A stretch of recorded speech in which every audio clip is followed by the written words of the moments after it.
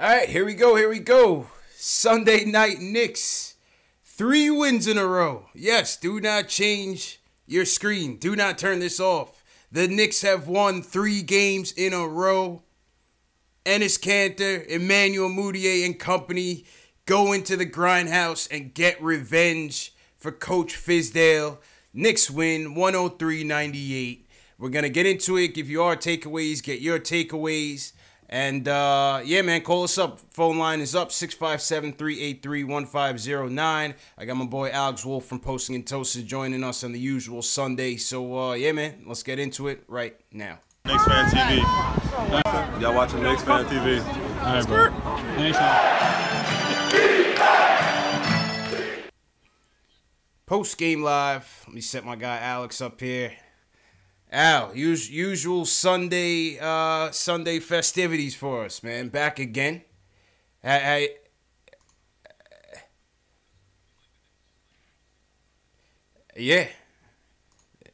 Back at it again, and in time for a 3-game winning streak. So let me hit the music. I mean, the tank talk seems to be subsiding, man. You know, 3 games in a row, 3 quality opponents, and it just seems like, you know what, we went into the grindhouse, we played their game, physical, tough, half-court game, and we beat the Grizzlies at their own game, man.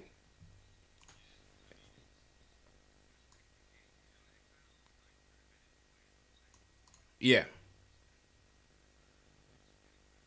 By the Grizzlies, you know, they were looked a little out of their depth, you know, like you know, just that it wasn't going to be their night. And then that third quarter explosion, man. I mean, we crap on Enes Kanter pretty often, but all credit to him. He had a hell of a third quarter. He did the things that he does well to such a high degree that it completely mitigated, you know, his defensive deficiencies and stuff, at least for that one quarter, which is about all you can ask of him.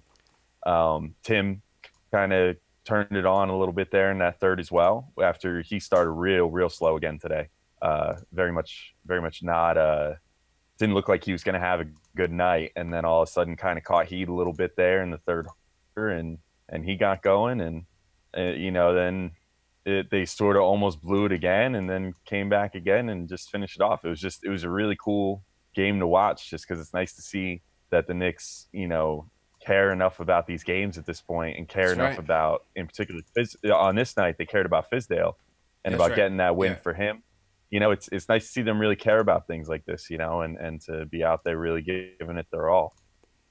Yeah, all facts, man. And, you know, time and time again, you know, we get on Kanter, rightfully so, you know, when it's due.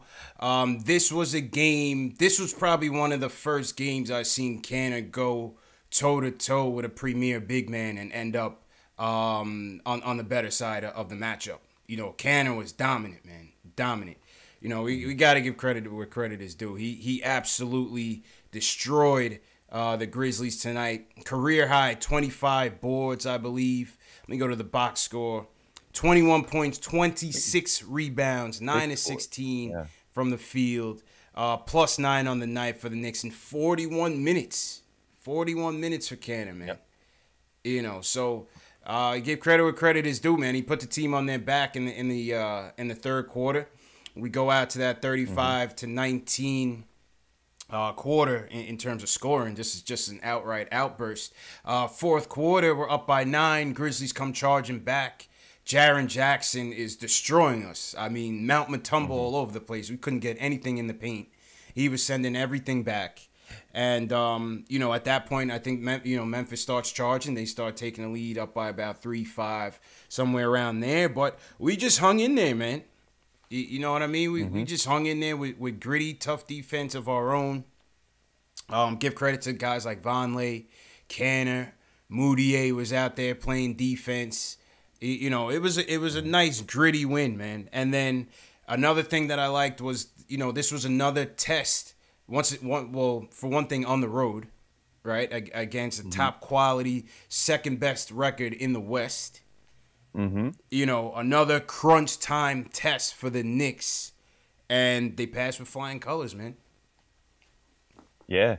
Yeah, I mean, it was like anything you could ask for from a road game, from a team this young, like a team this relatively inexperienced. It was they they took the big punch at the beginning. Yep. They came back, they counter punched in the third quarter, and then they took another big punch in the fourth when they gave that lead back up. I mean, they led by as much as I think 9 was their biggest lead night, and then Memphis, like you said, they came back to lead it by whatever it was, 3 or 5 points or something like that, and then the Knicks put together another quality run. It was just a great game to watch. I'm kind of at a loss for words in a way, because it's just one of those where you find it hard to describe it, because they played with so much energy, and it was just such like an exciting game to watch. Gritty, man. Gritty. The Trey Burke steal to the Moutier dunk. I mean, that felt like a freaking playoff moment. Moutier dunked on Garrett Temple, posterizing him. I mean, listen, man. I didn't know Moutier could get up like that. Who knew? Who knew? I mean, Fizdale has been hitting all the right buttons with this guy, Moutier. As soon as he came back from the ankle injury, obviously, he was a bit rusty coming in. But listen, this is about 4 or 5 straight games now that you're seeing positive play from Emmanuel Moutier on both ends of the floor. In our season previews of me, Jay Ellis, our summer season previews, we always talked about whether or not Moutier was going to be the odd man out of the point guard triangle. We talk about Frank needing his minutes. We talk about Trey coming off of last year's stellar performance. But we always said, if Moutier can just put it together, he still has the best tools of the 3 to be the quote-unquote complete point guard that we need. And, he's showing it out there tonight, man. Yeah, no doubt. I mean, he's doing like everything well, which is crazy to think. I mean, if you look at, I feel like if you looked at how he played during, say, the preseason, and then compared it to how he's playing now, you wouldn't even think you're looking at the same player. I mean, he's just, Fizdale's done something with him where he's like found the key to Moutier's brain that allows him to recognize things on defense, to at least like be passable on defense. And he's playing passing lanes really well on defense. Like, that's been his biggest attribute there. Yeah. I think over the last few games or so, since he's kind of been emerging here. But also on offense, I mean, he's finishing so much better. Like, the biggest thing with him was that he could get to the rim when he wanted to, but he could never finish. And now all of a sudden he was more so on the floor than anything else, man. Yeah, exactly. I mean, so it's wild to see like how well he's finishing now. He's not like a mega high assist guy, but he keeps the ball moving well. What I mean? I don't think that he would never be, if you handed him starters minutes for like a whole season, I don't think he'd ever eclipse maybe 6-7 assists a game, something like that. But I mean, he moves the ball well. He certainly is not like only looking for his own shot, which is refreshing on a team where like this team in general ISOs a lot, has a lot of players that are consistently looking for their own shot. So it's nice to see him, like he's been good at figuring out the right moments to look for himself and look for others kind of thing, which is nice to see as well. That's a fact. In that fourth quarter, we end up going into the penalty with 5.5 left. Marcus All just being a crafty player. But, give credit. When we get it down to 2 minutes left, Timmy busts out of his slump, hits a big 3. We go up by 1. And then 1:35 left. Trey Burke jumps into the passing lane, steals it on Temple, and throws it to Moutier, who bashes it on Temple, man. So that was the play of the game. Moutier sealed it. That was maybe one of the top 5 plays of this year so far. I mean, that was oof. That was I got right out of my seat for that one. That was incredible, man.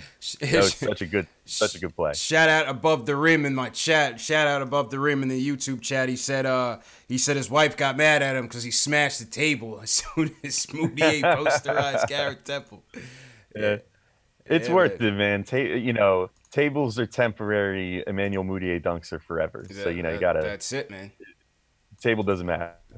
That's it. That's it, man. So we're going to get to the phones, but once again, shout out everybody watching on YouTube, Posting and Toasting, Knicks Film School, Facebook, Twitter, wherever you guys are watching.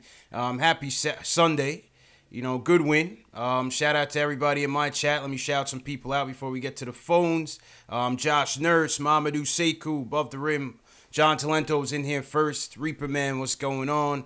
Royce Cujo, Jamie Juarez, the great Ron, Car Guru checking in from Latvia. What's going on, Car Guru? David Carfinkel says, great Team D tonight. Drip Bayless says, Fizz is the Moutier whisperer. Seems so, man. Fizz said he was going to get this kid right, and right now he's on the right track. I see some people are saying Illmatic says, relax on the Moutier bandwagon. I mean, listen, I don't know if it's a bandwagon. I think we just give him credit where credit is due, man. That's what I like to say on the show. You know what I mean, Al? Man, who's gonna rain on that parade right now? Right. You know, we're celebrating this dude who we thought was gonna be out of the league by halfway through the year. He's playing like a starter right now, man. Let's be happy for once. Damn. That's a fact, man. We're on a 3-game win streak. Hold on to this feeling, you know, like hold on to it, man.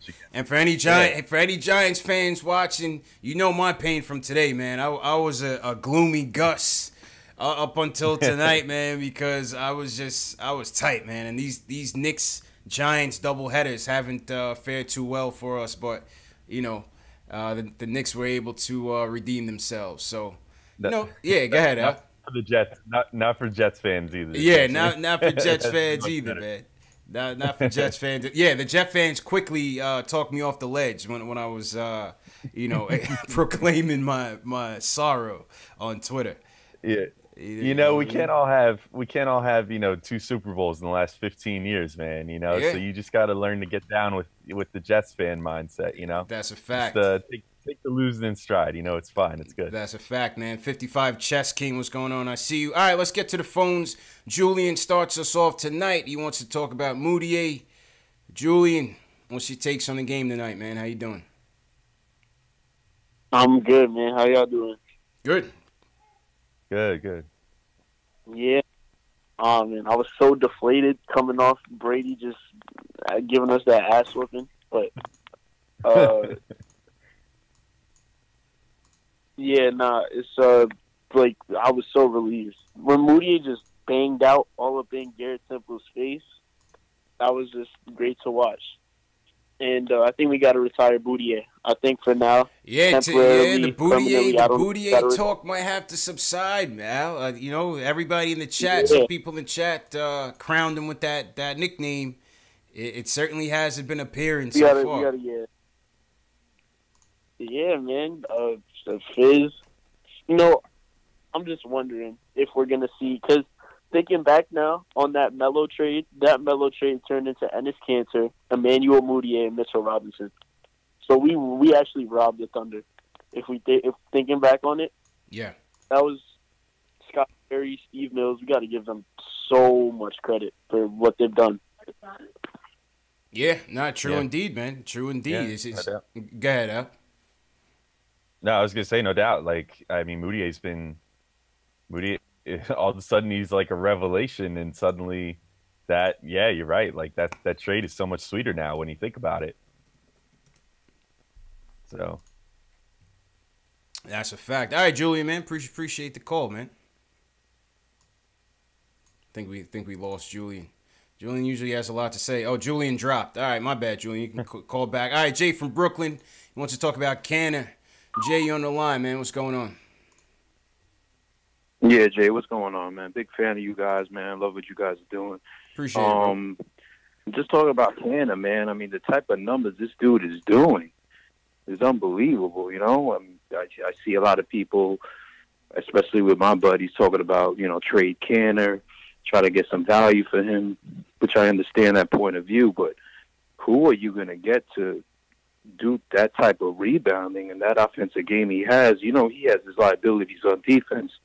It is what it is, but to me, I think his positives outweigh the negatives, in my opinion. You know, I want to know what y'all think about that. Ah, man, this one has been tough, man. This one has been tough for me, Al, because it's like, definitely. you know, the rebounding and points are always there for him, but it's just sometimes it just seems like he's much more of a defensive liability out there.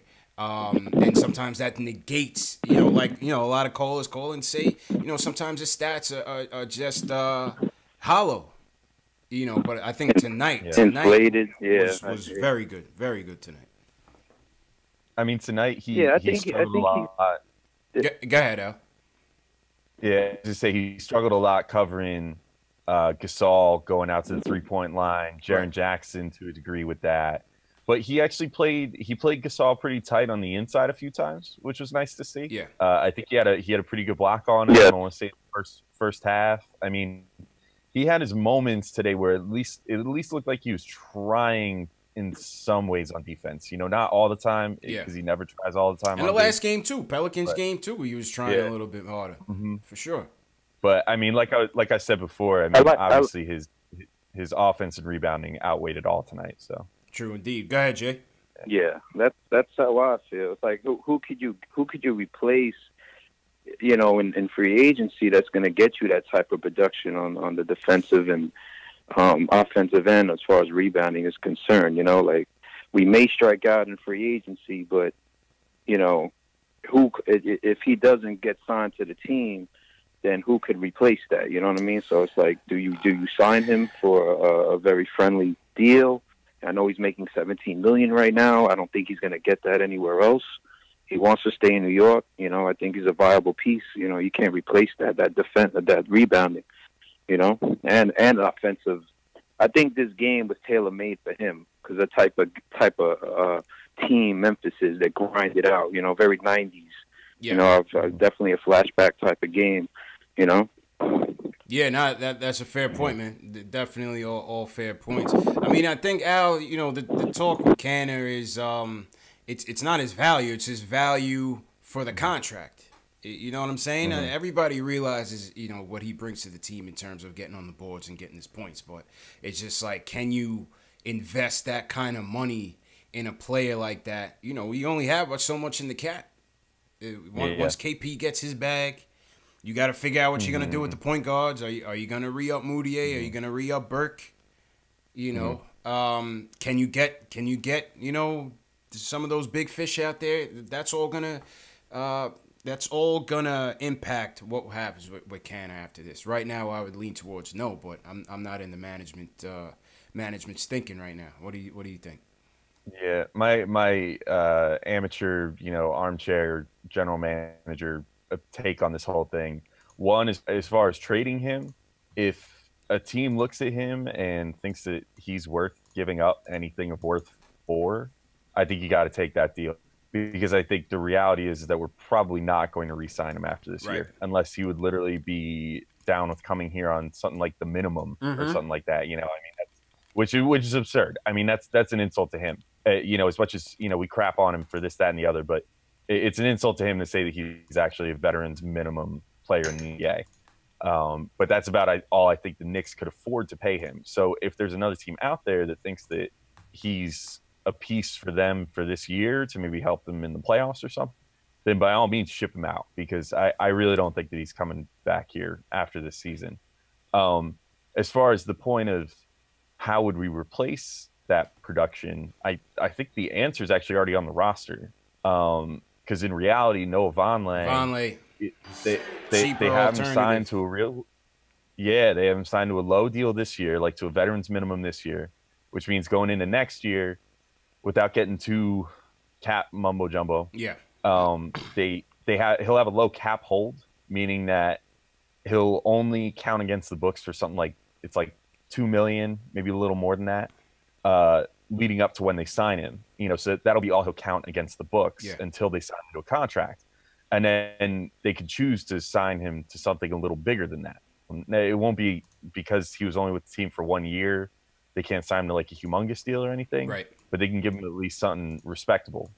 So I think he might be the answer to how you would replace Cantor's what Cantor does out there, because I would say that Vonleh is probably as good of a rebounder, even if he doesn't get those numbers. I don't think Vonleh chases rebounds quite as much as Cantor does right now. So that's, where the discrepancy between their numbers comes. But then also, I mean, on offense, he's got a pretty solid low post game. Last couple games, he's showing off apparently a 3-point game, which we didn't all really think was there. Mm-hmm. And he's actually a pretty good defender. So I think Vonleh is like your answer of how to replace Cantor long term. But that's just me. Yeah, I agree with that. I'd much rather sign Vonleh on the cheap than bring back Cantor for a big contract. If people say he should come back on the cheap, I mean, why would he? You know what I'm saying? He's got a new agent. You change agents when you need to get that bag. You know what I'm saying? There's no reason to give us a hometown deal. And my camera's a little delayed right now. Pardon that, but I think Vonleh is still a better, cheaper alternative. And we also got to remember too is that a lot of times Cantor's value is seen because we're such a bad team. You know what I'm saying? We're missing our top gun in Kristaps Porzingis. We were coming in here with how many games? 10 games under 500, just about. So on a bad team like this, a guy like Cantor, his stats are always going to stick out. But I think you can still improve the team without bringing him back, especially at the type of money that he's going to be commanding. Mm-hmm. You know what I mean? No doubt. Yeah, man. Yeah. Absolutely. Shoot, the YouTube is going in right now. We got 400 people on the YouTube. Shout out everybody tuning in. Smash that thumbs up button if you're a diehard Knicks fan. Subscribe to the channel. If you're new to the chat, it's got to be a lot of new people in here. Just give me a hashtag new and where you're checking in from, so we could shout you guys out. But shout out everybody tuning in right now. Definitely appreciate the support. Let's go to Long Island. Carl, he wants to talk about tonight's win. Carl, what's going on, bro? Yo, what's going on, CP? Alex, it's good to see you on the screen. Yeah. Shout out to Jay Ellis. I know People wondering where Jay Ellis is at. Jay Ellis is Sunday nights or his podcast night, so he's doing his podcast tonight. So shout out Jay Ellis.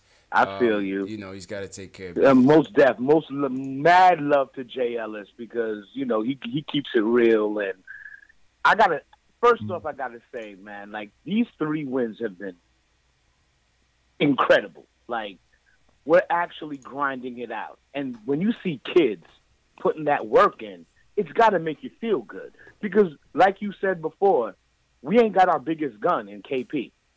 And at first I was on some, let KP sit this season out. But we looking like with KP in there, we might be a playoff team. You know what I'm saying? I don't know, Carl. You got to dial it back, baby. You got to dial it back, Carl. Come on. Come back to us, Carl. Come back to us. Look. I'm just saying. Hear me out, though. Hear me out, CP. Hear me out. Hear me out. All right? We got Trier looking like a beast. Okay. We got Trey Burke finally coming back to his own. Moutier is a monster right now. And I was the biggest hater on Moutier. Like, yo, he's garbage. Send him back to the Congo. Let him do what he got to do. Lion King, rah, whatever. Right? And you remember me. I was the one with the elephant soundtrack. Yeah. No, I remember. You remember that. I remember that. Yeah. All right. So I got to give him love when, give respect where respect is due. But I'm looking at these kids like we're at a level right now where everyone's developing, and we have a potential to be a really good, solid team. Like what Cantor's giving us right now, it's crazy. I mean, you don't get 26 boards without putting that work in. You know what I mean? Like we saw the YouTube videos of him doing the workouts and whatever. We were all like, yeah, all right, bro. But we'll see what happens in the season. And he's putting that work in. Yeah. And he's actually showing improvement. But I got 2 questions for you because I know you got tons of callers. Yeah, we got a lot of calls in, so yeah, please go ahead. But real quick, 2 questions. Question number 1, all right, what is good with Kevin Knox? All right, like, I love this kid. Like, he's the prototypical 3 that you're looking for with his size, his shot, his handles, his ability, and the age. You know what I'm saying? But question number 2 also is we have stupid depth. And I'm worried that at the end of this season, because everybody's on a 1-year contract, you know what I'm saying? Mm-hmm. Like, everybody, are we going to lose all these cats? Because I'm loving what Von Lee's doing. I'm loving what Trier's doing. I'm loving what Trey Burke is doing. Yeah. But are we going to lose all these cats? Y'all, you know, I'll let it up to y'all. Throw Appreciate it out there. Talk to the chat. Yo, shout out to the chat, too, real quick. Shout out to But chat. yeah, Chat is let me popping know what tonight, y'all man. feeling All right, about Carl. that. Appreciate it, man. Appreciate it. It's my guy Carl from LI. I mean, Al on the Knox front. You know, listen, man. He's struggling. Primarily, he's struggling on both ends, but definitely struggling on the defensive end. He goes 0 for tonight. I think he goes 0 for 4 or 0 for 7. You know, what's your take on Knox so far? I think fans are starting to get antsy. They want to see that summer league Knox out there tonight. Yeah, and I mean, I don't know. I think he's in his own head right now. If I had to diagnose him, it just seems like he's lacking some confidence in a way, but also trying too hard. You know what I mean? If that makes sense. Yeah. I think he's lacking confidence in himself in a way, but also he's shooting it almost every time he touches the ball, it seems like, on offense, which is a problem. You know, that's not conducive to winning, especially with rookie and you're not necessarily that good yet. Yeah. So it's tricky with him. And on defense, defense tonight, I can't fault him too bad. You know what I mean? He had a real tough matchup for him tonight for the short time he was out there. He had Jermichael Green that he had to cover almost the whole time he was out there. And Jermichael Green is a pretty big dude and definitely physically out. Yeah, that wasn't his fight. That wasn't his fight. So, yeah. So I give him a little bit of a pass for that tonight. You know, Jermichael Green was shoving him around like a rag doll, man. He couldn't do anything out there against him. Yeah. But yeah, I mean, I feel like I've already said this 2 or 3 times on here. Yeah. I'm not too worried about Knox. You know, if we hit this point next year and he doesn't look like he's made improvements, then yeah, I'll worry a little bit. But right now, you know, he missed 8 games or whatever it was. So the ankle set him back. Yeah. So he has 8 less games than everybody else out there as well. I mean, he's just a little lost right now. I like to find it his way. Hopefully he does. Yeah. He'll be all right, man. He'll be all right. You know, like I said, a lot of people are looking for that summer league Knox. And, you know, we just got to realize that, this is the big leagues, man. You know, and, you know, we see ISO out there beasting, and we see Money Mitch out there doing his thing. And, you know, we see rookies of the past, come in and make immediate impacts. Some guys is just going to take a little bit longer than others. You know, some guys are just going to take a little bit longer than others. We got to remember this kid is 18 years old. You know, still got to work into his body, get into form. And he'll be back. You know, he'll get up to speed. And the reality of the 3 of them, of Trier, Knox, and Robinson, is that Trier is a revelation. I mean, Trier, nobody could have really seen that coming. And I mean, he's just way better than anybody thought he would ever possibly be. Mm-hmm. So he's kind of the outlier. Knox and Robinson, I think, are developing about the way you would think they would. Robinson, having some trouble with fouling a little bit. But, generally his skills are easier to step right in at the NBA level and have work right away. Rebounding, shot blocking, defense, just rim running, just the general catching lobs, just athletic type plays. Knox's game is going to require a little more development, because they're expecting him to be a 3-level scorer who can shoot the ball, drive, shoot from mid range, come off screens and shoot and whatever. I mean, there's a lot more to what Knox is expected to do in the game than what there is for Mitch. Yeah. And Knox is younger than him. And Knox, again, has, 8 less games under his belt so far this year. So I'm not – and with that came all that practice time he missed as well while he was hurt. So there's that to consider as well. So, if Knox is going to be developed the way that you want him to be developed, it's going to be a process because it's there's a lot of layers. It's to quote like one of my favorite movies, Shrek. He's like an onion, you know. He's got layers. He's got layers. He's got layers, work, man. It's good. That's a good analogy, man. Shout out to Shrek. That was a good movie. Yeah, man. Shout out everybody in the chat. What do you guys think about this Knox situation? Have you bailed on Knox? Or are you still gonna be patient with Knox? Let me know what you think in the comment section below. Let me shout out some more people before we get back to the phone. Shout out Smith Jr. He's new, checking in from Syracuse. David Garfinkel, new from Manhattan. The Great Ron, new from Brooklyn. Kenyon Chapman from Brooklyn. Adam Feltz from Brooklyn. BK Heavy in here tonight. Sid Leonard, he says he's new. Sid, I seen you in the chat before, man. But shout out to Sid. He's from Uptown Harlem. Shout out Harlem. KB, new from Australia. We got some international folks in here. Shout out Australia. My Sugar, he's new from the Boogie Down Bronx. Shout out Boogie Down Bronx. One Take is new. Shout out One Take.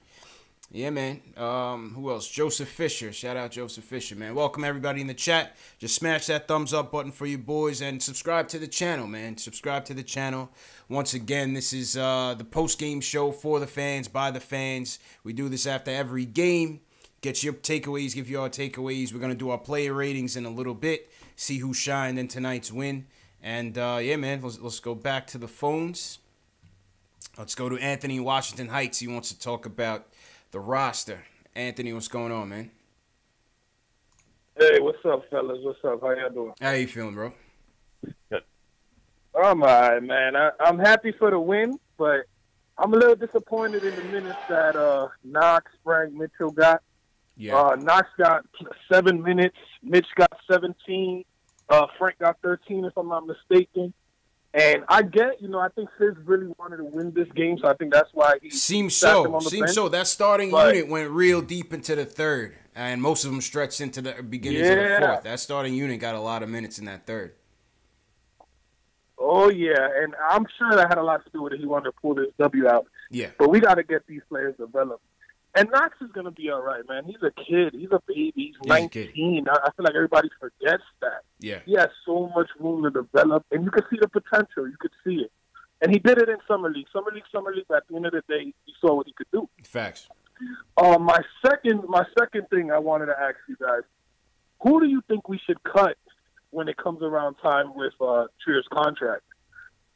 With Trier, I feel like that's going to be interesting. Yeah, so that's coming up, I believe, December 5th out. Let me know if I'm wrong on this. Yeah, I think it's soon. I think that's it's right around there. Yeah.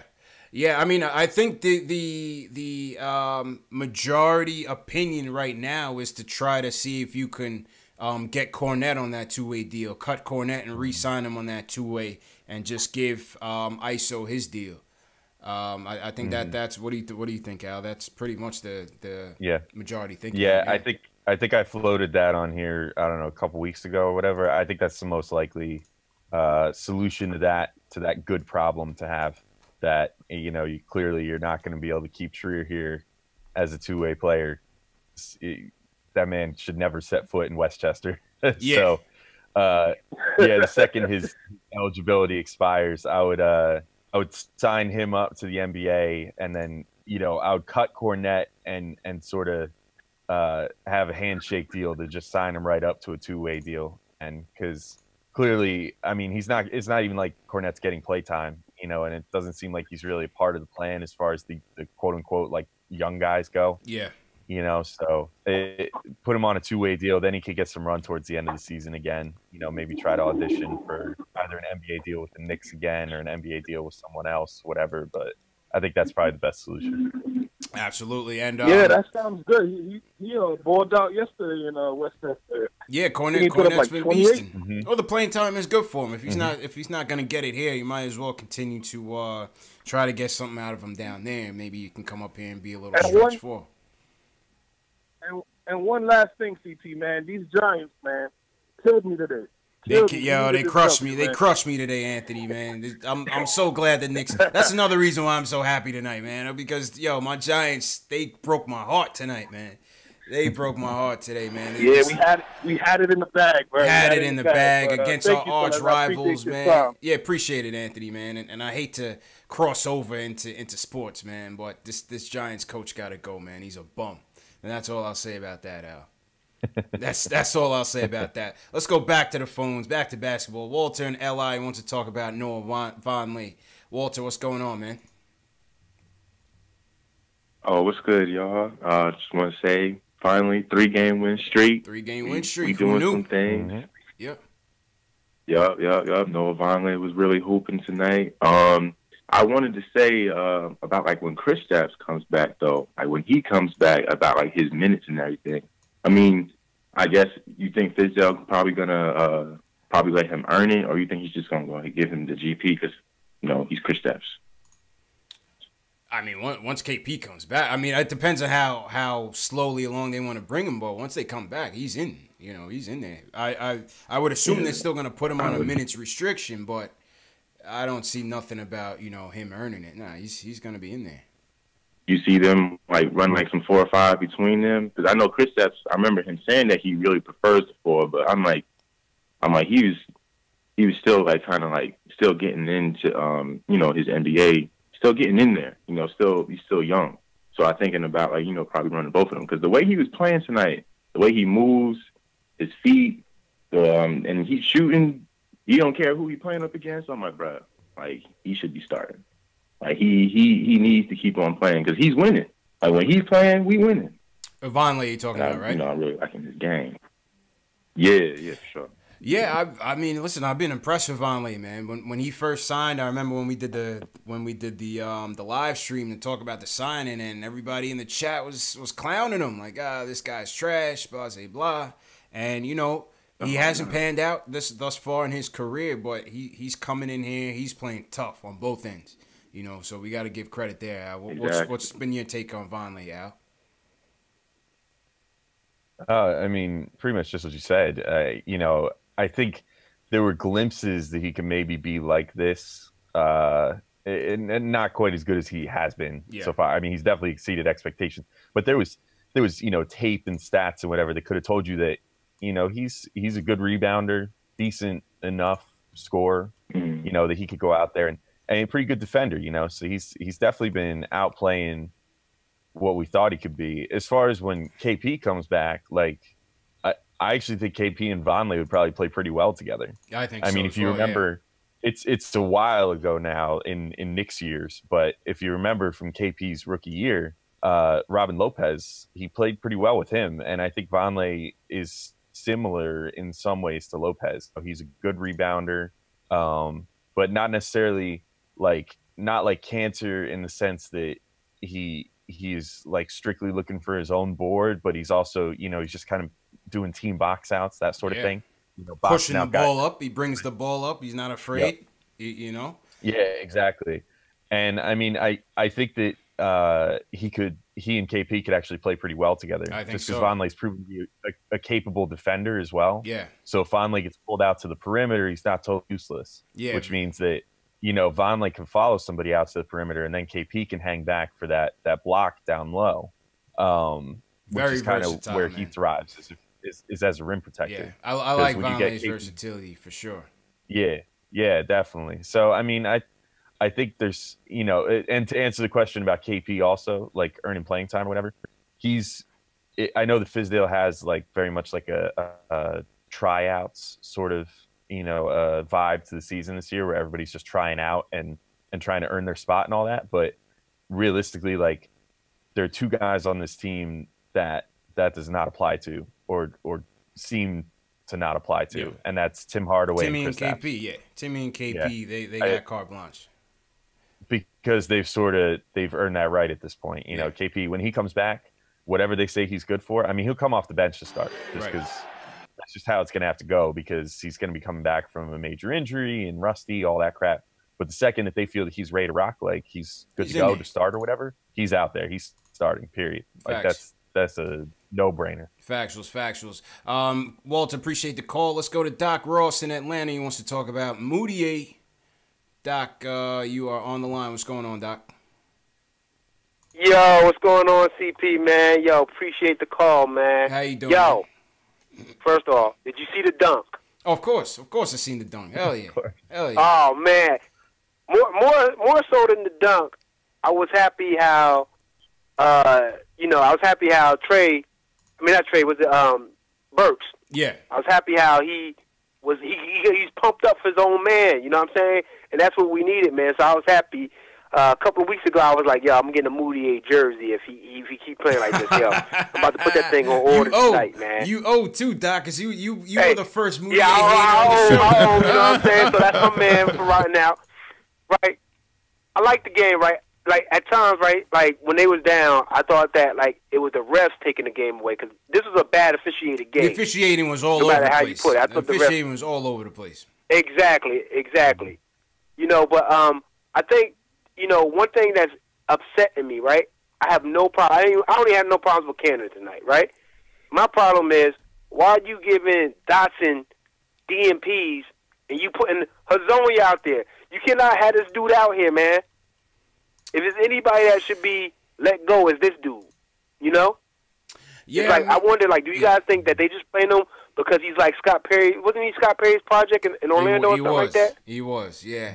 I mean, Al, what do you think? I mean, I think it's just Fizdale, you know, going through his tryouts once again, seeing who's who and what works.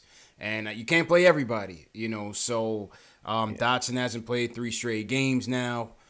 Hazonia didn't close the game. We went with the 3 guards. We went with Moutier, Burke, and Timmy to close the game along with Vonleh and Canner. What's your take on the Dotson situation? I think like what Fizdale's trying to do right now is figure out what all these guys can bring to the table. My theory, hopefully correct, and you know, if it's not, then I don't know what to say about this. But my theory is that with Dotson, he's already figured out as in Dotson, right? And so he's still using his 20 to 25 game figure it out period here. We're at what today, 21st game of the season, right? Yeah. Mm-hmm. So we're now at about the quarter way point. So if over the next like 3-4 games we don't see Dotson again, or if after the next 3-4 games we don't see Dotson again, I might get a little worried. But Fizdale's been good about sticking to his timeline so far. So I would think we'll probably start seeing Dotson again soon. I just think that like Fizdale figured out what he has in him. He's got a good defender who can shoot the 3 ball, good on cuts. You know, it's all the dirty work stuff that nobody likes to do.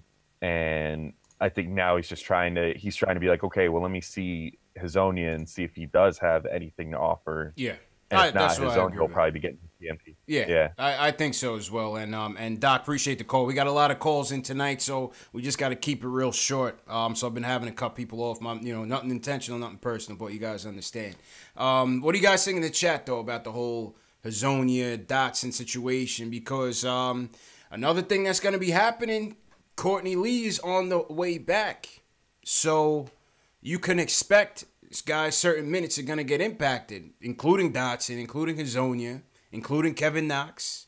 Maybe even ISO. I doubt ISO because I think, Fizz really likes ISO. But we got to play Lee right out. I mean, we got to play him if you're going to trade him.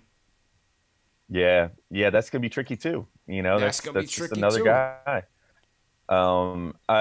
I do think they need to play Lee for sure when he comes back, because the biggest thing with Lee is like you want to try to trade him like you just said, but last year was a career year for him, and he's 32 now. I think he was 31 last year. I think so. He must be like 32 now. And that's like, it. Courtney Lee got to be older than that. I don't know. Let's check that. No, out. I think he's 32. Okay. Let me check. Hold up. Fact check. Yeah, Let's fact see. check. How old is Courtney Lee? Google. Courtney Lee, 33. I'm sorry, I had him 1 year young. All right. So he's 33 years old. At any rate, he just had a career season last year. So, teams got to see that like he can still maintain that, because a lot of times guys, if they have a career season in their 30s, it's like, well, that's an outlier because we have 10 other years to tell us that's not who this guy is. Facts. So you got to get him out there, prove he can still shoot 40% from 3, prove he can still do all those things that he flashed last year. So yeah, got to showcase. Yeah, definitely. Yep. Got to make sure that teams know that he's for real still. Yeah. I feel like we've been trying to trade this guy for the last 2.5 years, and we just can't do it. But Philly, if you're listening, Elton Brand, holla at your boys. Courtney Lee's available. And there's nothing against Lee. It's just, we're trying to build something here, and we're just going in different directions, and we got to try to get his salary off the books to get a little bit closer to our future goals. So Courtney Lee's on the horizon. People in the chat, let me know what you think about this whole Lee situation. How do you think it's going to impact the Knicks? Whose minutes do you think it's going to be impacted the most? And do you think we should even be playing Lee? Some people say, why play him at the expense of the youth? But, like I said, we got to fatten him up and to ship him out of here, man. That's just how it goes. All right, let's go back to the phones. Q wants to talk about the game. I know Q's in a good mood tonight. What's going on, Q? Yo, fellas, what's good? How you doing, bro? What's going down? right. Good. Hey, man, feel good. I'm watching the game again. You know what I mean? So it's a good feeling. It actually feels like a team now. You know what I mean? It actually playing feels like a team, man. They're playing together for sure. Yeah, I like what Fizz is doing. Fizz is developing everybody. I'm still a little sad about free Docs, free Dot. And there was a Marshawn Brooks signing, which was interesting. So your career's never over with. That's true. Marshawn Brooks is a testament to that, man. Yeah, man. The Kobe imposter, man. The dude came in thinking he was Kobe, had the afro and everything. It was kind of interesting. Yeah, man. I'm not worried about Knox at all. Mm-hmm. I'm a little worried about Lee because Lee will hurt development. And I just don't want guys their development to be stunted. You see what Fizz did with Moutier? Beautiful.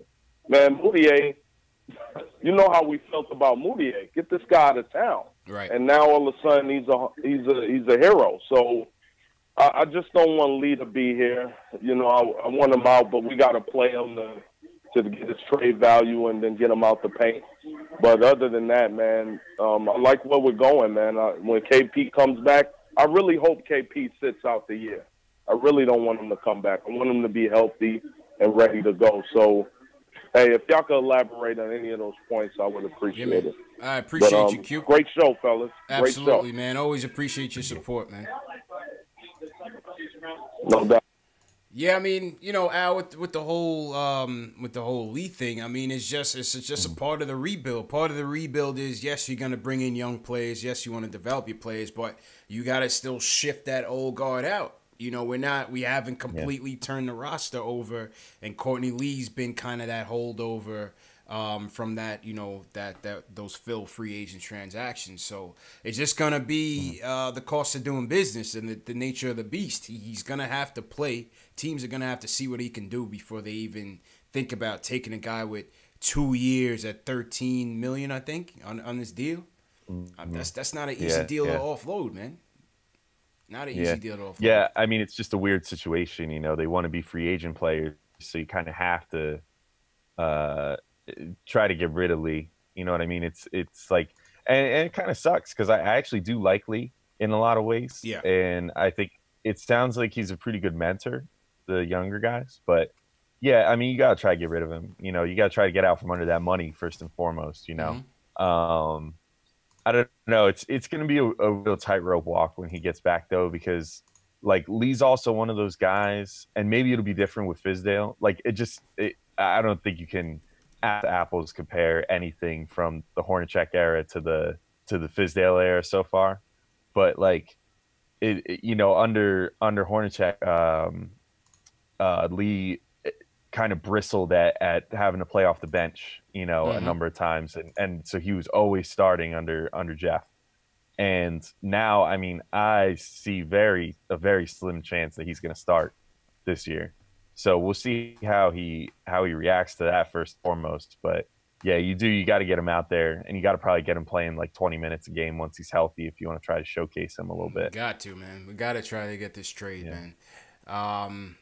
We got to try to get this trade. Are you ready to, you want to get into some player ratings? Yeah, let's do it. All right, let me know when you got the box score up. Shout out to everybody in the chat once again. Smash that thumbs up button. Subscribe to the channel. We got a couple guys on the line. We're going to get back to the phones in a minute. So, Max, I see you. Matt, Ace, Gene, Steve, we're going to get to you guys. Let's get to these player ratings real quick. Al, give me your who are your top three? Who's your top three tonight, man? Let's start with the third. Who's your third star? Who are you going with? 3 stars. Third star, I will go with. I'm going to say Timmy. I'll say Tim Hardaway Jr. He's my third star. Leading scorer for the night, was a catalyst in that third quarter, which helped give the Knicks some of the points they needed there. All in all, you know, I don't think he had a great game. Very few guys I would say had a great game tonight. You know what I mean? But there was some good games. It was a knockdown, drag out kind of game. You know, so nobody was really like phenomenal. You know what I mean? But I think that Tim, he recovered nicely in that second half, gave some scoring, which is what he's there for, and also 7-7 from the free throw line, which is pretty clutch as well. So that's good to see as well. So that he's my third star. Second star. This one's tough. I might catch some heat for this from the Cantor people, but I'm gonna make Cantor my second star. Oh, you're going Cantor with your second? Okay. Yeah, with the 21 and 26. Just because, you know, I mean, it was a great game. It was a great game. He was also, again, he was part of the run in the third quarter. Him and Timmy, they were kind of the ones leading the charge there. He's +9 in the plus minus tonight, which is pretty good. Obviously, career high in rebounds, 2018-19 NBA season high in rebounds, which is almost equally impressive considering the rebound performances going on this year. And yeah, all in all, pretty good game for him. But just because the dunk got me so hyped up, I'm gonna give Moutier number one. Moutier, because he played another great game, so it's not like he's undeserving. Yeah. It's not like that was the only thing he did all game. 17 points, 5 of 12 shooting, whatever, but 2 of 4 from 3 land, which is awesome. 5 of 5 from the stripe, 4 assists.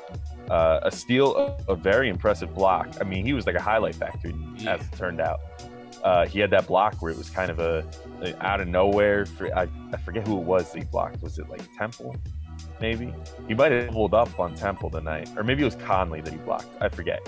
Whoever he blocked the crap out of him. Yeah. And then came back later on. Oh yeah. He pinned. I think it was Temple's shot. He pinned or Anderson. Yeah. He was Anderson at Temple. Yeah. Yeah, I forget if it was Temple.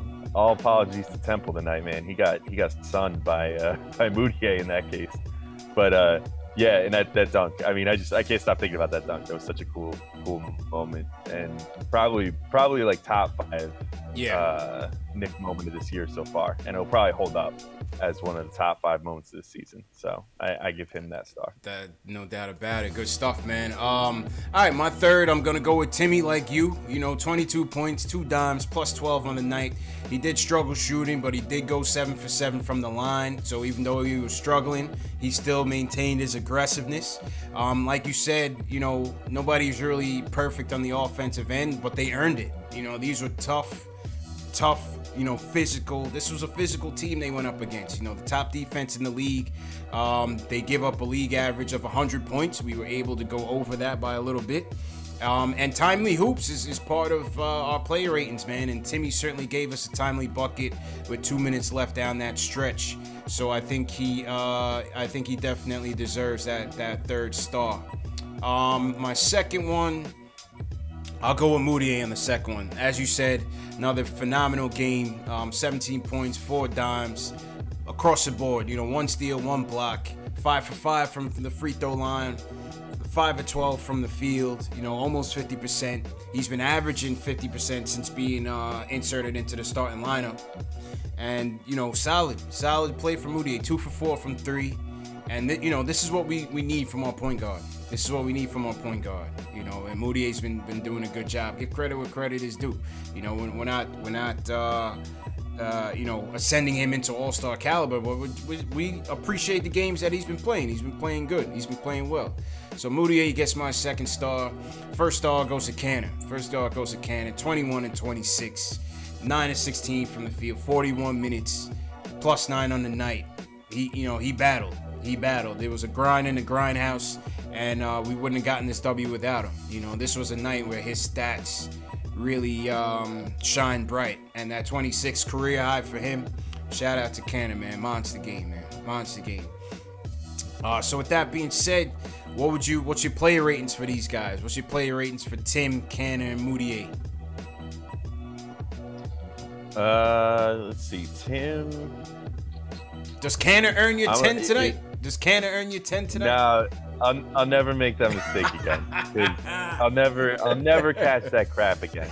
You know, I gave him a relative 10 one time, and now it's the joke here now. So I'm never giving another 10. He got the one and only. All right. Forever. Okay. Unless Porzingis daggers someone in a game 7 or something, then I'll give him another 10. Let's see, Cancer, I will give. Let's say I'll go high. I'll give him a 9 today. I'll give him a 9 as well. Quality of opponent definitely has to be taken into consideration. Yep. Quality of opponent and how he kind of rebounded there, and pun intended. Rebounded there in the second half where he kind of was struggling a little bit, getting his shot off in the first half, and he came out like a man possessed in that third quarter. You know, pump fakes around the rim. Yeah, I mean, he was in a mode. Yeah, he was in a mode today where, like, if you got him within 5-6 feet of the rim, there was like no shot that it wasn't going to go in for a little bit there. True. So yeah, it definitely, I think he's deserving of that 9. All right, Tim, I'm gonna go a little low. Probably relatively. I'm gonna give him like. I'm thinking 6.5, but I feel like I should give him a 7. Somewhere between, we'll say a 6.75, just because that first half was pretty ugly. Granted, he was being covered. He was being covered very tight, but you can't forget about that first half when you're judging the whole game. That's true. But he was a catalyst. Definitely was better than he was a good player tonight. Yeah. And I give Tim a 7. I thought that 3 with 2 minutes left, it was clutch. It was a clutch 3, even though he was shooting poorly, as you said. But that 3-pointer gave us a 1-point lead in the game, and that led to the Moutier fast break steal on that next possession. So, I give Tim a 7. And what about Moutier? Moutier, I'll give it 8.5 because that dunk was worth the extra half, and then the 8 is for the rest. Yeah. Just and I've already gotten into everything. I love how he played tonight. Yeah, so I agree with that. I think he's really good. I gotta say, I was kind of a Moutier booster before that draft with Porzingis, so I've been feeling very good and vindicated lately by him playing so well. So it's been nice. It's been a good turn of events lately for me. You feel like you're redeemed. Him doing well. You feel like you're redeemed. A little bit, yeah. I mean, I feel like before the preseason. I mean, by the end of the preseason, I was basically ready to give up on him. But before the preseason, I was like, look, let's just give him one more shot, whatever. And like people I talked to, whatever, were like, there's no way. Like, he sucks. Like, look at his numbers. Look at how he plays. He's freaking awful. And I was like, I know, but I want to believe that he can still be good. So I feel pretty good about the fact that he's now finally figuring it out. I like the kid. I'm glad to see that he's doing well now. Yeah, man. Same here, man. Same here. All right, and that was the player ratings. What do you guys think at home, man? What were your player ratings for these guys? Moutier, Timmy, and Canner. Who are your 3 stars? Who are your player ratings 1 to 10? Leave a comment in the chat. From what I've seen so far, it looks like the chat is in agreement with us tonight. Yeah, they're not killing you tonight. They're not killing you for the 10, man. So good job. All right, good. Yeah, it's always good to see. You know, I like being loved here. You know. Yeah, you're getting the player ratings down, Pat. You're getting the player ratings down, Pat, man. I gave a 10 to somebody the other night. I think it was Trey Burke. The Celtics game you had to, right? Yes. It had the Celtics one, right? Yeah. I gave Trey a 10. I gave Trey a 10. My first 10 of the season went to Trey Burke in that Celtics game because he was lights out, man. That was worthy. Yeah. That was a worthy cause. Mm-hmm. Did you see the speaking of Trey Burke, did you see the picture of Trey Burke's grandpops rocking Jay Ellis's tees at the Thanksgiving dinner table? Yeah. That was awesome, man. Yeah, man. He's big now. Yeah, those shirts are cool, man. I gotta buy one for myself. Early Christmas gift. Facts. Jay Ellis still supposed to send me my shirt. Jay Ellis, send me my shirt, man. Yeah, I can't decide what player I want, man, because there's like 3 or 4 I really like. I can't decide which one is my favorite. Yeah. Nah, shout out Jay Ellis, man. Definitely shout out Jay Ellis. We had ISO's aunt was in the chat last Friday night. Friday Night Knicks. ISO's aunt joined us for Friday Night Knicks. So the family's certainly tuning in, man, and some of the players as well. So That's been good to see. She was just on Hard Knicks Life, I believe. Yeah, his mom was on Hard Knicks Life. His mom was on Hard Knicks Life for sure, man. Yeah. That's so funny. The chat's laughing at me. I told you about the Burke 10. They call me Tack. All credit due. They call me Tack. Call me all the way from Hawaii. And because I gave Burke a 9 originally, and Tack called me all the way from Hawaii, and he was like, it's a 10. And was convincing. Was convincing with it too. So shout out to Tack, and shout out to everybody in the chat, man. Definitely smash that thumbs up button, hit that subscribe button for us. If you are a diehard Knicks fan, this is definitely the channel for you. CP here from Knicks Fan TV. My man Alex Wolf from Posting and Toasting, one of the top Knicks blogs out there in the stratosphere. Definitely check out his writing. Check him out on Twitter as well. That's my guy, man. Appreciate you, Alex. How much time you got left, Al? We got a couple more calls in the ducket here. Just let me know how you looking on time. Dude, whatever. I got time. All right, cool. I got time. All right, cool. So back to the phones as we wrap up. Let's go to Max from the Bronx. Max, what's going on, man? You want to talk about these winning ways? What's going on, bro? What's going on, CP? What's going on, Al? Yo. Good, man. How you doing? I'm all right. I'm all right. It's crazy. So, I don't know what this Knox thing is. Maybe because Doncic is playing so well, people want to try to bash Knox. Knox can't even get in a rhythm. How can you get in a rhythm if you're only playing like 6 minutes? How do you do that? It's impossible. You know what I'm saying? So I don't know what this thing about why people so hard on him. It's like the Knicks fan base want people to be bust so they can say they're right about something. Like, you cannot get in a rhythm in 6 minutes. Now, for the winning ways, right? I feel a little weird about it. I'll be honest with you. I would be 50 times happier if we were winning with Mitch, Schreier, which we kind of are, Vonleh, Frank, and Knox. I would be 10 times happier because it'll be like, okay, the young guys are growing and they're doing what they're supposed to be doing. But, I'm like 31, right? So I've been watching the NBA for a very long time, right? And there's a thing called contract time and contract year.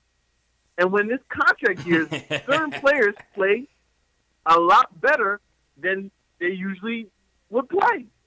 And there's 2 players specifically who are in the contract year. And those players are named Emmanuel Mudiay and Trigger Trey Burke. So, me personally, and Al and CP, I want you to speak on this. Do you really believe it? Do you honestly believe it? In your heart of hearts, would you put money on it? I mean, would you put money on it? I wouldn't put money on it, personally speaking. I don't believe it, personally speaking. Wait. Put money on what, though? Put money on what, though? Put money on him being who he is right now for the majority, say the next 15 games. I wouldn't put money on it, personally. I don't know, man. I don't know. I don't know, man. I watched the NBA too long. Because you know what's going to be a problem and it's going to be a problem with this deal. This thing with Hezonja starting and Hezonja getting minutes, that cheap what you kill thing, somebody's going to throw it in his face very soon. All you have to do is start losing again. Once they start losing again, that locker room is going to be a little funny because Hezonja has earned nothing. Hezonja, and I love Hezonja. You know how bad I want him to be good? He is terrible on all fronts, passing, shooting, defense, IQ, whatever you want to put it. Dotson literally does everything you want him to do, and you don't play the guy? I don't get it. Like, what is the excuse for this? What more does he need to do? If Dotson right now would ask for a trade, I would tell him trade him, and I love Dotson because it's not fair. You're playing Hezonja. Hezonja does running hooks on a fast break with another guy to pass to. He's like a moron. He does stupid stuff. He does the dumbest stuff. I mean, you ever seen in your life. Listen, I think Hazonia leaves a lot to be desired. He looks like he should be playing soccer, Al. For some reason, the guy just seems more built to be playing soccer than to be playing basketball, man. I don't know, man. Yeah.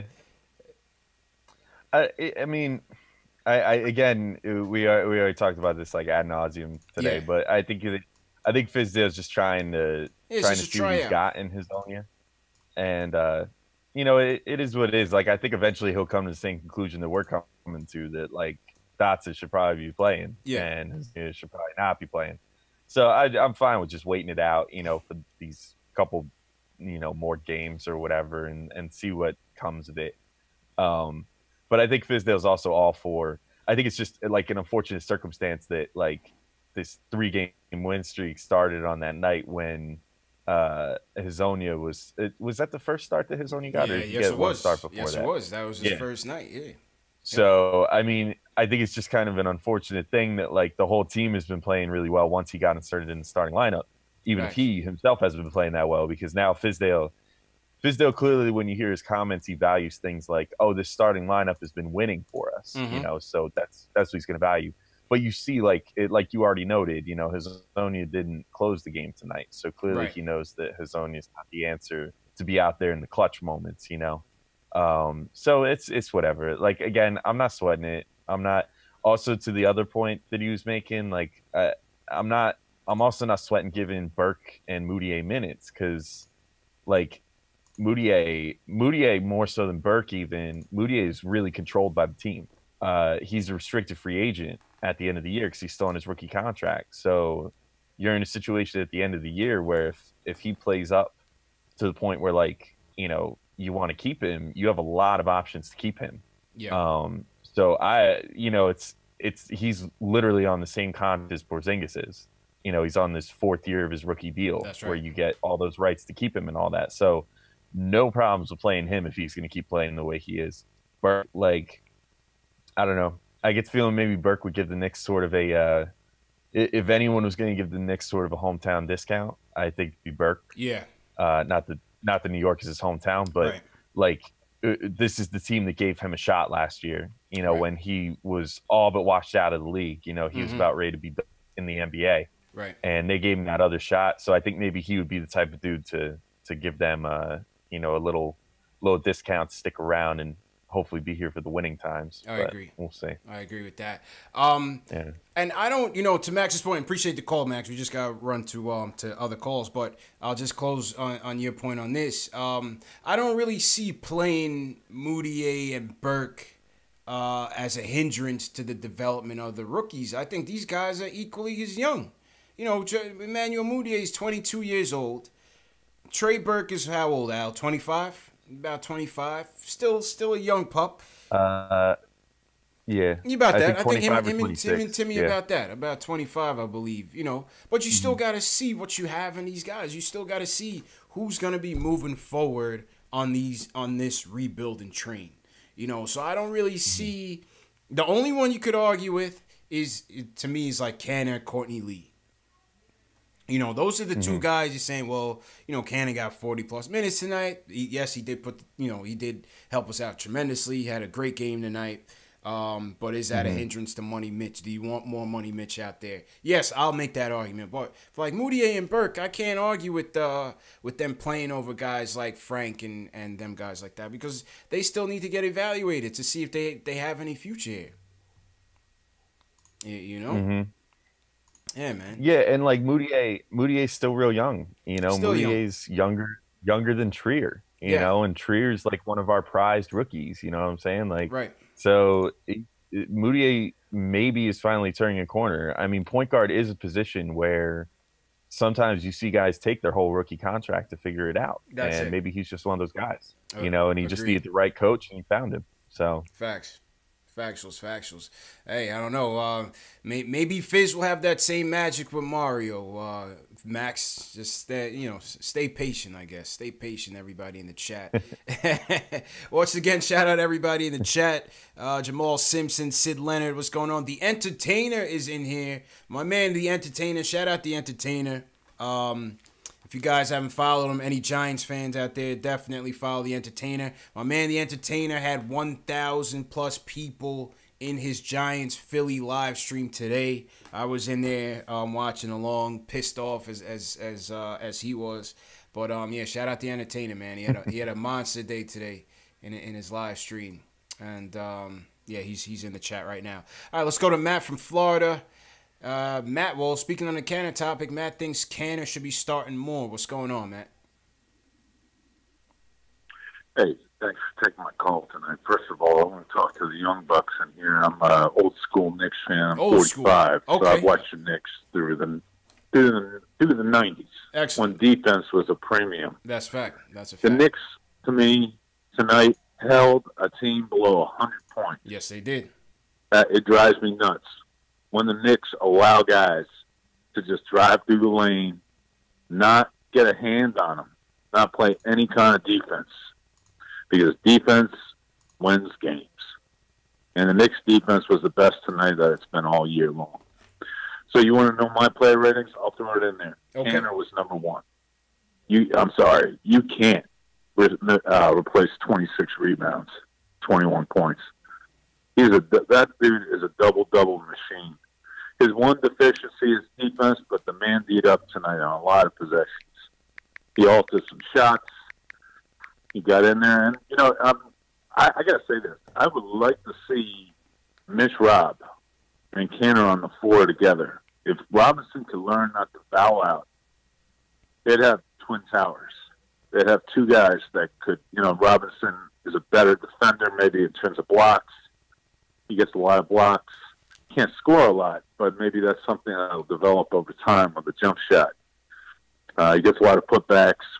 Canner is just an old-school, grinded-out center down low, and he commands a double team. They got to learn to pass better out of a double team. Yeah, he's got to learn. So Canner was my number one guy tonight. Mm-hmm. I love Cantor. I think he's untradeable. He's one of those assets you just do not want to get rid of. You'd want to spend the money on him? You'd want to invest the money on him going forward? I'd keep him. Keep him. You need an old school center like that can just grind out rebounds. He's like a Tyson Chandler. Those kind of scorers. Tyson's got, no kind of three. I don't want to see Cantor taking threes. I don't know how the audience feels about that, but Cantor can't shoot threes. His game is not, beyond the arc. That ain't it. That ain't it for Cantor. He's trying out there. He's trying to adjust to that style of play, but he's trying. I know Fizz wants him. I know Fizz wants him to shoot threes, but that's ridiculous. I mean, come on. You're wasting his talent. Down low, he's almost unstoppable. He's got footwork. He doesn't look out of place at any point. The teams realize it. I can't believe how long it took Memphis to throw two guys at him. Yeah. And the big part, too, is when you get doubled down low, which would happened to Canner on a few possessions, somebody else, one of the guards actually has to come to the ball. The spacing on that was horrible. So that's what I'll say there. So Cantor's my number one. I never give anybody a 10. There's always room for improvement. Yeah. I'll give him a 9. All right. My number 2 is Moutier. I love Emmanuel Moutier. This kid can play. He's scrappy. He's finishing better. I know you guys are just talking about the guard alignment, moving ahead, trying to get minutes for everybody. Let's be honest. Remember back to the Pat Riley days, Jeff Van Gundy days. I know we're in a new era of analytics, but at the end of the day, you play the guys that are winning the games for you. You shorten those minutes up, and you start to see a winning combination. Moutier is playing very well. He had another great game tonight. Like you said, 17 points, 4 dimes. He's awesome. And he's 6'5". For a point guard, he's more of a hybrid guard. He can create some serious matchup nightmares. I'm going to give him an 8.5 tonight. He's my number 2. And you said it correct. My number 3 is Tim Hardaway Jr. All year, he's been the Knicks' most consistent player, at least, scoring-wise. He may not have scored, loaded the stat sheet tonight, but he did have 22. And had some key transition baskets and threes in transition that were really big for the Knicks to win this one. And the foul shots. What was he, 7 out of 7? 7 out of 7 for Timmy tonight. Yep. Yeah. Let's be honest. Great foul shooting, great defense are what wins games. And the Knicks can keep this thing going. I mean, they've got two big guys.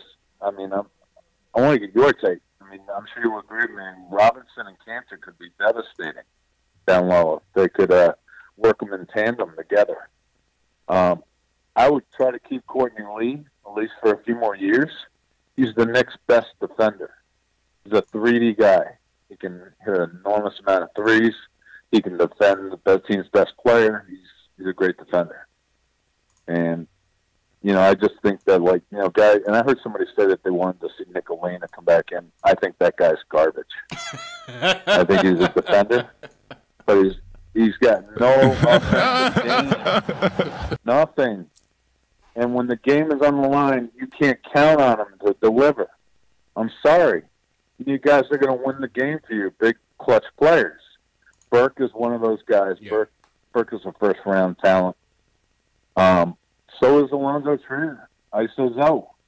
The only reason he wasn't in the first round, let's be honest, because he failed those PED tests. Right. That's it. That's it, man. That's the only reason. I'm from Westchester myself. Okay. I've only been here a few years. All right. So I've been watching Knicks basketball. I live, breathe this team. I love the team. There you go, man. Well, yeah, we definitely appreciate the call, man. Yeah, I think this is your first time calling, man. Definitely appreciate you calling back as well, man. Yeah, y'all got a great show, man. Thanks. Absolutely great show going here. Thanks a lot, love man. the feedback. Thanks for the support, man. All right.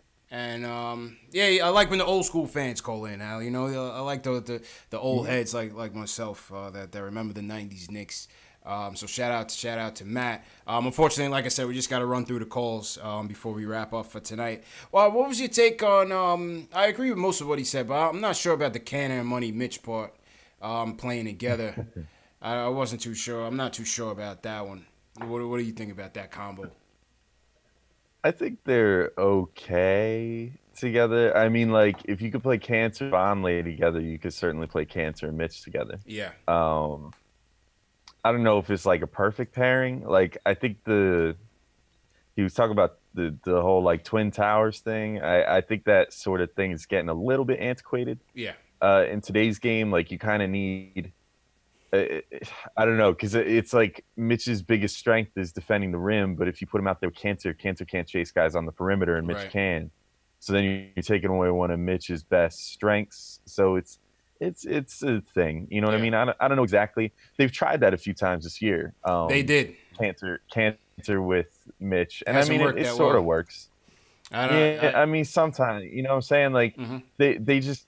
Something about their games, it's not a perfect match. You know what I mean? It's that way, yeah. Yeah, at least I don't think so. But yeah, and also I don't know how I felt about his Frank assessment. Personally, said Frank that's just garbage. Me. Man, he said Frank is garbage. I can't deal with that, listen, man. It's gonna take Frank time, man. It's going to take him time, you know? It's going to take him time. Yeah.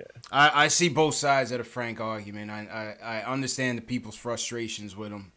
But at the same time, I sometimes see things in him that it's like, all right, give him some more time. Give him some more time. Let him cook. I mean, he's younger than Mitch, all things considered, too. That's the biggest thing that I keep going back to is, like, people treat Mitch with kid gloves of, like, oh, he's young, he's fouling, blah, blah, he's learning. That's true. But it's like, hey, you know, Frank's younger than him. Well, he might be a second-year player, but But see, the thing is, Frank, for his whole career, Frank will never be able to shake the Donovan Mitchell connection, the Dennis Smith Jr. connection. He's never gonna shake that, and that's gonna be to his detriment for his whole career, no matter what he turns out to be. You know what I'm saying? Because offensively, he's never gonna be that stud like they are. Those two. You know what I'm saying? And that's always. However. Yeah. However, Dennis Smith Jr. is never going to be defensively with Frank. Right. So. Right. And right now he seems like a mental case. Yeah. I want no parts of that guy. I still don't understand how people like cheerlead for Dennis Smith Jr. I want no parts of that guy, man. Yeah. You know what I mean? Yeah. No doubt. All right. Let's run through some more real quick. How you doing on time, man? I'm fine. All right. Cool. Yeah. All right, we had a couple people waiting for a while, so I just want to get it through. All right, Ace from Queens wants to talk about the tank. Ace, what's going on, man? Are you angry about this win? Hey, what's up, man? Shout out to y'all for answering this call, man. Absolutely. Hey, man. I'm never mad about a Knicks win. I'm never mad about a Knicks win. Knicks gotta definitely show what they could do. They definitely have to show the talent that they have in these young boys. That's why I hear guys talking about playing like Cantor, maybe more minutes. Nah, you play Mitchell, man. Let these boys audition. I don't know if y'all talking about future or y'all talking about right now. But if you're talking about right now is the future. You got to play them boys. Because really and truly, the only way we're going to get that little draft pick, I say a lottery pick right now is better than being the 6th seed right now. We're not this year. I don't think we're a 4th seed, home court advantage team this year. Not at all, right? We're nowhere close. Not at all. So nowhere close. So I'm not going to be satisfied with 6, 7, 8 seed and then losing that draft pick. Because for right now, the future's now. Like a caller called earlier, we could strike out in free agency. It's not a guarantee that these big free agents that we talk about are going to come to New York. So let's develop this young talent. Let's get a next little lottery pick for next year. So what brought other play like of LeBron to Lakers was seeing that young talent blossom. That's all right. Maybe a free agent going to see that. Let them boys play. This year's just an audition right now. She ain't got to play. Courtney Lee even has to play. Certain kind of situations, you be like, guys, why is this guy in the game in this situation? Yeah. Hey, let's see what he could do. Let's see. But I seen the 4th quarter in 4 minutes ago. Let's see what he could do. Let the other team see what he could do. Okay. Things like that. We know what Timmy could do. We know what Timmy gonna bring us. Mm-hmm. We know what Cancer gonna bring us. We know Moutier was always gonna be a lottery pick if we didn't pick KP up that year. So he was always a high on everybody high draft board at that time, and he's developing still. Frank, you got to play Frank. Defense, to win championships is always going to be that point guard in front of him, and we're going to have to let him play defense on that point guard like Lowry, whoever's going to be in front of him when it's going to be that time given. Defense win games, so lock down that point guard. Let KP and them guys do their job, put up the numbers like they're going to get paid to do.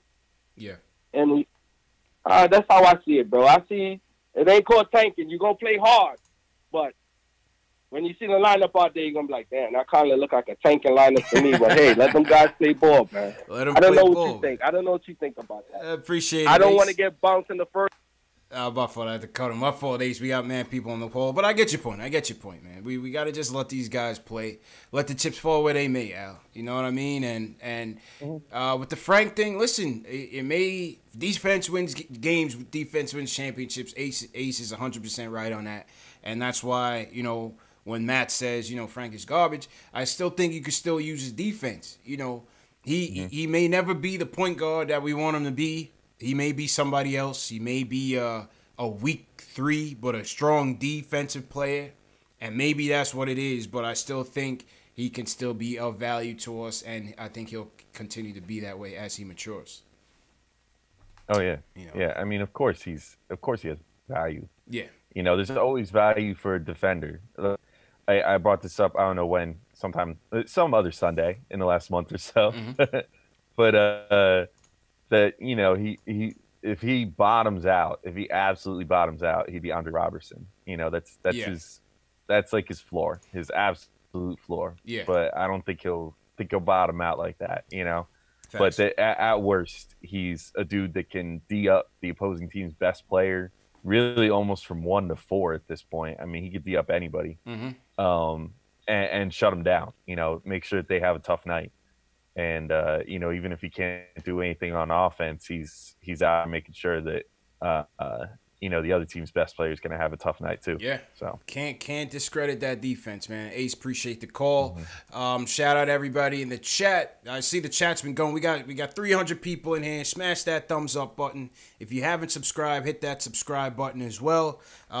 If you're watching on the replay, one of the things for some of you new guys, if sometimes some of you guys may miss the initial live stream, I do replay these live streams at 12 midnight. between 12, 1 midnight, 2 a.m., 6 a.m., 10 a.m., 12 noon the next day, and also 2 p.m. the next day. So I do that to keep the chats open. I see a lot of people like to, chat about the game and the goings on the team. So if you missed tonight's stream live, you can catch the live stream replays and still communicate with your fellow Knicks fans. So that's one of the perks of subscribing to the channel. That's why you guys got to subscribe.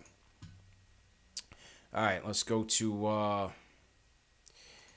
Let's go back to the phone. Smokestack New York says D isn't gonna stop Golden State.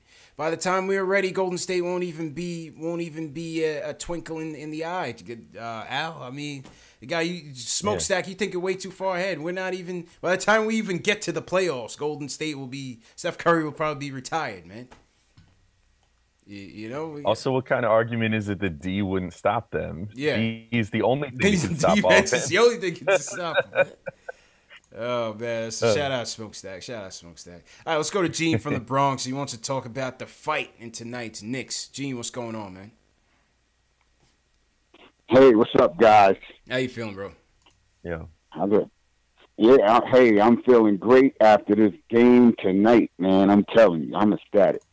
I remember the last time I spoke to you guys, I spoke about Cantor being put in that starting lineup, that it would bring a little more emphasis to our offense. You did, and then we won 3 in a row with him just like that. And tonight, it was like a 12-round heavyweight fight. I'm telling you. And the way we've kept fighting and bouncing back and not quitting in this game. A couple of weeks ago, we probably would have folded. The way they were blocking shots every time we came to the hole, they had 12 blocks to 5 hours or something like that. They over doubled ours. And we kept coming. We took their best hit, and we kept coming. And then here come Moutier with the right cross to the jaw and buckled their knees. Boom! He gave it to them. The fight analogy. And they was wobbling. Yeah, they was wobbling, boy. And then we just got to the foul line and just put them away. Mm-hmm. Put them away. And that's the fight that Fizdale's bringing to the table. They wanted it. They wanted this one for Fizdale tonight, no doubt about it. They wanted it for Fizz. Yeah, they did it for Fizz. And I told my man earlier, I said, yo, this game is for Fizz tonight. I know they coming to get it for him. And that's just what they did.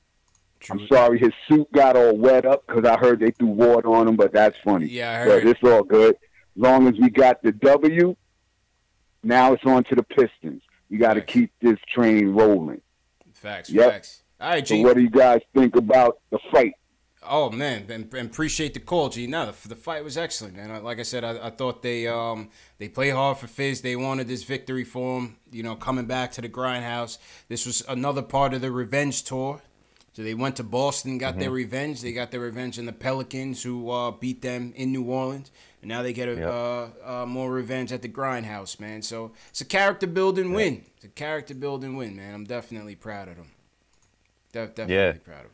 Yeah, and it was cool to see Fizdale got kind of emotional post-game as well, with the reporters and stuff. I saw a little something about that from JB, Knicks Film School, tweeted that out. Shout out JB, shout out Knicks Film School. Fizdale got a little emotional after the game, talking about how the players all said they were going to do it for him. Nice. And, win this game for him against the Grizzlies. So that was cool to see, man. Yeah. It was nice to see. You could tell the players wanted to win it for him, and it's nice to see that the Knicks have a coach that all the players love so much that they're willing to go out there and do something strictly on his account. You know. Yeah, I mean, like you said, refreshing to see that they actually respect the coach because Jeff Hornacek was roadkill, man. But but yeah, man, shout out to Fizz and definitely congrats to Fizz. Alex from Westchester, he wants to talk about free agency. Alex, what's going on, man? Yeah, how you guys doing tonight? Appreciate you having me on. Appreciate it, Al. What's going on, bro? Yeah. Well, before I go into free agency, I heard that comment about Frank. I've been talking to my boys. I think Frank is floor Tony Allen kind of player. That's a championship player if we ever blessed to get there. Mm-hmm. But in terms of free agency, I'm just curious, both your opinions. What happens if we don't sign a Klay Thompson, a Kawhi, a KD? Yeah. What would you guys do if you were the Scott Perry and Mills from New York? What would you do the next 2 off seasons? Keep going. Keep going. You know what I'm saying? I mean, obviously, Al, you got coming up, you got AD, you got Greek Freak. You know, I don't like chasing these free agent dreams. You know, we've had our hearts broken already. LeBron, the whole summer LeBron thing crushed me because I really thought he was coming to the Knicks that year. So yeah, if we strike out, we strike out. You know, we just keep building through the draft, and you know, maybe you'll get a home run, and maybe this team will continue to gel with the young pieces that they acquire. You also you may be in a position one day to strike a trade. You know, a sign and trade or package up some of your young assets. You know, maybe a Knox and an ISO might get you a big time player that might be the missing piece that you need to take that final run. What you think? Yeah, my thought would just be if they would strike out on the big names this summer, just basically roll it over. You know, don't make any rash signings. Don't overpay someone just because the money's burning a hole in your pocket. That's the biggest thing I would say, and you know, just kind of almost do it like how the Lakers did it this offseason. Yeah. Like they got LeBron, but they had another maximum slot that they could have given to someone else, and instead they signed a whole bunch of dudes just on 1-year deals. Once they realized that they weren't getting George, or they weren't going to trade for Kawhi, or you know, things of that nature, and they knew that money wasn't going to get used in any way. For on like a big name, like on someone worth the money, then they just sign a bunch of guys to 1-year deals. That would kind of just be my solution. You know, just don't go out there and splurge on someone who's not worth it. Don't panic. Yeah, no doubt. So that would be what I would say. Just kind of roll it over. Just be like, look, like, okay, we didn't get KD, Kyrie, Kawhi, whatever, but next year there's there's Anthony Davis will be the big fish in the 2020 free agency. Is Giannis, is he 2020, 2021? I forget. But yeah. Whatever year, like you said, he's coming up too. So, you know, you would just kind of trust that your process will pay off at some point to Phillyify it. Trust the process. Trust that process. Trust that it would pay off at some point. Someone would want to come here. That would just be my thing. Yeah, I definitely agree with that. Alex, appreciate the call. Don't panic, man. Just keep building. If we strike out, we strike out. Keep building. You know, eventually, like Danny Ainge did, eventually you acquire all these assets, and when the iron is hot and you're ready to strike, you flip those assets into a KG and a Ray Allen, and away you go, and you build that with your pieces that you already have. Some of these guys that come in here now, those could be trading pieces for the right trade. You know, not just for any trade. Those could be the building blocks for the right trade. And that'll be a even trade for us for once that we don't get fleeced, you know, and when we're ready to take that corner. So just steady build, man. Steady build. All right, let's take one more. Once again, appreciate everybody for tuning in. Appreciate everybody for calling. Hit that subscribe button. Smash that thumbs up button if you're a diehard Knicks fan. We appreciate you guys coming in, and hope to see you guys Tuesday night on the Detroit game. All right, Delano, we're going to go to you. Let's close us out for tonight. Delano wants to talk about the game overall. It's my guy, Delano. Only right that you close the show, man. Yo, appreciate it, man. What's going on? Salute to everybody in the chat. Salute Alex. What's going on? How y'all feeling tonight? Hey, good win, man. Feeling good. Absolutely a great win. Look, I'm gonna be honest with you. The caller from Westchester, the old school Nick. I disagree with that. For one, Frank is still young and still developing, and again, he's learning the game from the European style. You know what I'm saying, to how we play in the NBA today. So again, you got to exercise some patience. So it wasn't that long ago we was writing off Moutier. Oh, trade Moutier, cut Moutier. Moutier's trash. And now look who's playing like you know what I'm saying? Like one of the most improved player candidates. Yeah, so let's not jump the gun with that.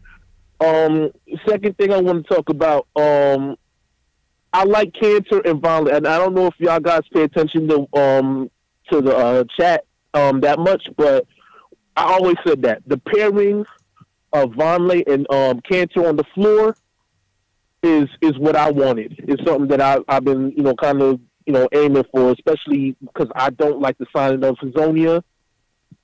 I feel like you could get anybody to fill that spot personally, but specifically, I wanted that pairing of Vonleh and Cantor because it balances out Cantor's defensive deficiencies and his liability on the floor by adding Vonleh on there, because Vonleh can stay with his man, can affect shots as well. You know what I'm saying? And he jumps for it.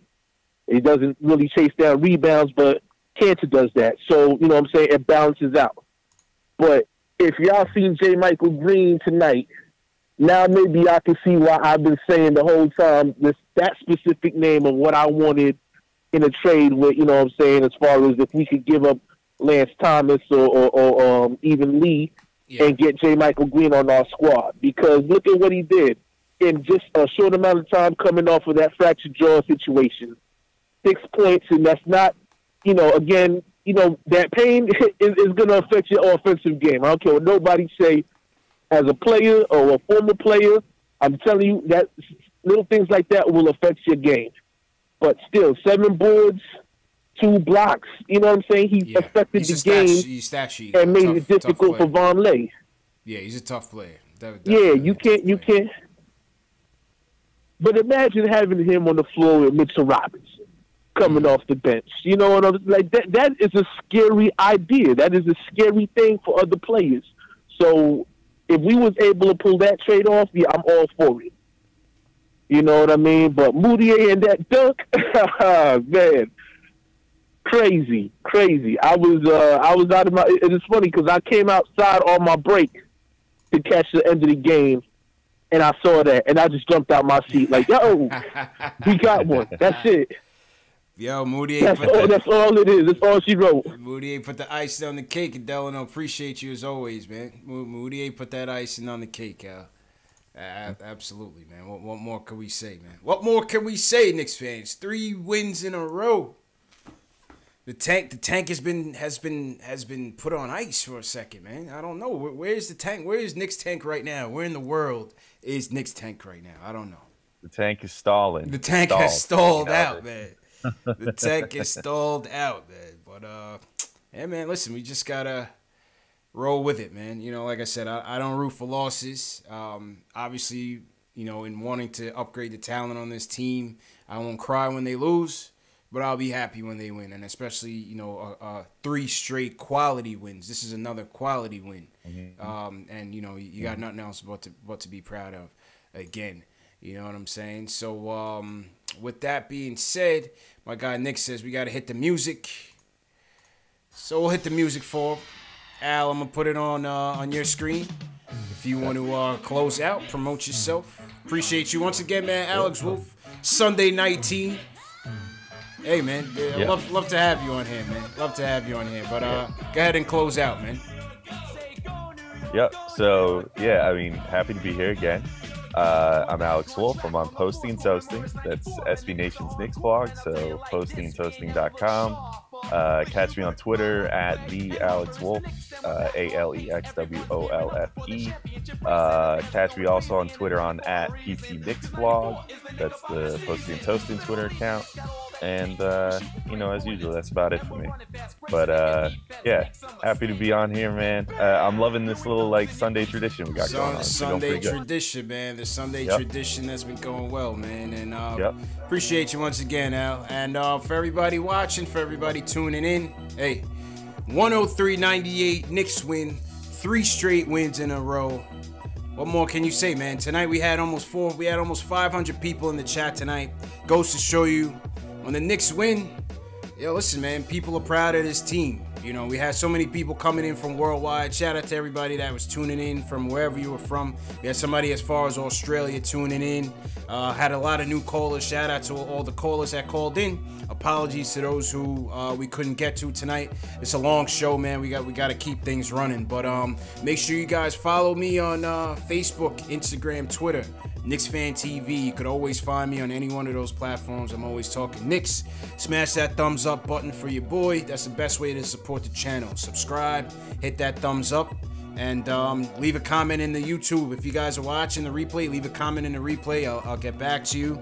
And if you missed the live stream tonight, the next one will be back on about 12:30 a.m. Eastern time. After that, it'll be 2 a.m., 6 a.m., 10 a.m., 12 p.m. Eastern, and 2 p.m. Eastern. So the live chats will be up and going if you want to talk about the game and recap with your fellow Knicks fans. So let me shout out some more people in the YouTube chat real quick. Shout out to Dark Shadow Media TV, appreciate it. Reaper Man, appreciate it. Godzinga's team. Will Cushman, always appreciate you. Nick Reyes, appreciate you, bro. Blah, I don't know. See you later. Jamal Simpson, appreciate it as usual. SS Television, always in here, man. One of my regulars. Keith Sinclair as well. Call me Tack, all the way from Hawaii. Shout out Tack.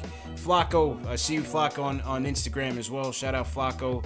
John Talento, first guy in here, appreciate it. Mateo914, appreciate it as well. Anybody I missed, nothing personal, always appreciate the support. Like I said, man, I'll see you guys Tuesday night. Knicks Pistons, join us back here after the post-game show. Let's see if we can keep it rolling. Can we make it 4 in a row? Let's see, man. Alex Wolf, appreciate you once again, man. Always appreciate your insights, bro. Yeah. Of course, man. Yeah, happy to be here. Yes, sir.